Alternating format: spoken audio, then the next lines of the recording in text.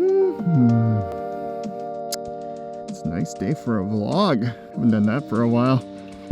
Well, shall we? Let's go. Wow, I haven't done a good old-fashioned vlog for a long time.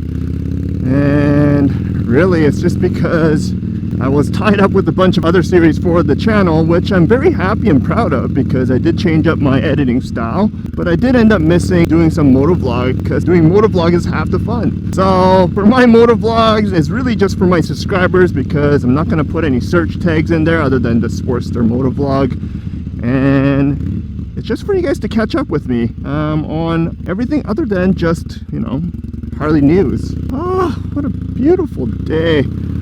I love this coast, baby. Yeah. Alright, so what's new with me? I had COVID. Yeah, I tested positive about 3 weeks back, and it was the Omicron variant. And yeah, it wasn't pleasant, even with the double vax. But I think in hindsight, I am glad that I got it over with because supposedly I'm protected from getting other variants of COVID for a while. And I was glad that I was able to just get the weaker version of COVID. But yeah, 3 days of going through some of the symptoms kind of sucked. But I'm healthy again, and most importantly, I'm riding again, which is beautiful. I actually put it up on Instagram and put a survey out on people who had COVID already, and there was actually quite a few people who already had their COVID, so it would be nice to hear from your side of the story of how you guys dealt with your symptoms. What else is new? I finished the Iron 83 finally for the Battle of the Sportsters. Man, that took a long time to do. But I think it was necessary because there's so many little things that I wanted to talk about and discuss with you. And to try to put it in one video, I think there are a lot of good information would get lost, at least for me anyways. So hopefully the people who are looking to buy the Iron 83 gets a chance to watch my review video in detail, get to appreciate the time and effort I put into that, you know? As a content creator, man, it's not the easiest thing to do, but I have a passion for it. As well, I want to say congratulations to Joel, who was my first winner of the KS Moto Cafe's monthly draw. Not sure who's going to win the February draw though, which is a Harley Davidson hat. But if you guys don't know, make sure you put a comment in any of my videos in the month of February, and you will be eligible for a draw as long as you're subscribed to this channel. So if you haven't subscribed yet, please click that subscribe button because you get to enjoy motovlogs like this and get to join me in these nice rides in the Victoria area. Ooh, I gotta check on my boat. There's something that I forgot to turn off last time I visited the boat. Yeah, if you don't know, I have a sailboat. Horrible mistake. I bought it before I got this motorcycle. And turns out both hobbies are a lot of work and share the same requirements of weather. So weather like today, which is nice and sunny, it's also a good day for sailing, but sailing takes so much more work than just hopping on my two wheels to go for a ride. So naturally I have been neglecting the maintenance of my boat. Ooh. Motherfucker almost got me to drop my bike. Alright, let's quickly go check on the boat, make sure I turned off the things that I need to turn off. Maybe take some nice Instagram shots. Ooh, full day. Shit. Alright, I'll be back. Few moments later. Well, looks like I need to replace the battery on my boat, which is gonna cost a few more $100. What a waste of money. For some reason, I set it aside when I was a kid that to be successful, you need to own a boat. Well, now that I have a boat, I don't really feel successful. In fact, I feel like an idiot because I didn't listen to my friends. No. Well, there goes the battery on my GoPro. So all you're gonna get is my Insta360. Thank you, GoPro. Oh well. The Insta360's camera angle's not too bad. I've actually been using this for a couple of my vlogs, and yeah, it's actually been pretty useful. very versatile. The only thing I don't like about it is the file size. It is humongous. Like, even if you drop it down to like 2.7, it almost seems like every minute is a gigabyte. So if you have 20 minutes of footage, it's about 20 gigs. So what's new with you guys?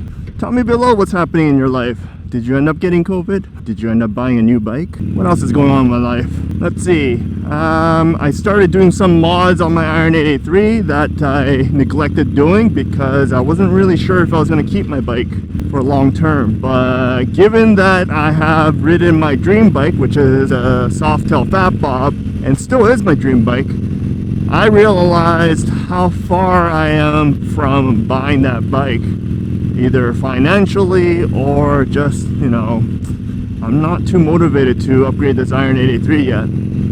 So I'm happy for that, because generally what you see is people outgrowing the Iron 883 relatively quickly, and sometimes I think a little bit too early. Like, some people have the Iron 883 for like 1 month and then they go for the Softail like 114 right away, just because they went on a ride with a buddy of theirs who were outshining them on the road. And you know what, if you're a type of person who likes to go on group rides, that makes sense, because Iron 83 is not group ride friendly, especially when other riders are riding something bigger or faster. Like, the only time I actually was ahead of the group of a group ride was when I was training for my road test, and my course mates, their bikes were like R3, 250cc cruisers, like, it's tiny little bikes. And yeah, of course the 883 would outshine them all. Felt like a big guy. But no, not with any other regular bikes out there that's above 500 cc's, especially in the sport bike category. You're not gonna have a good time. But when you're going solo like me, I'm okay with it. I love it. Let's see, should I pass him from behind? Yep. Here we go. See, it's not a slouch. I mean, it's faster than cars. Yeah, I have been starting to do some simple mods for my motorcycle. But the big one that I really want to capture and do eventually, is the 1200 kit from either HAMMERPERFORMANCE or SNS Cycles. And I have a friend that's actually willing to help me with that, so that should be fun. Ooh, everything seems a little dicey today. Like, what kind of fucking strap job is that? Well, I guess he chained it up. Just looks a little dodgy. Yeesh. Thank you. Oh, that's a lot of wind.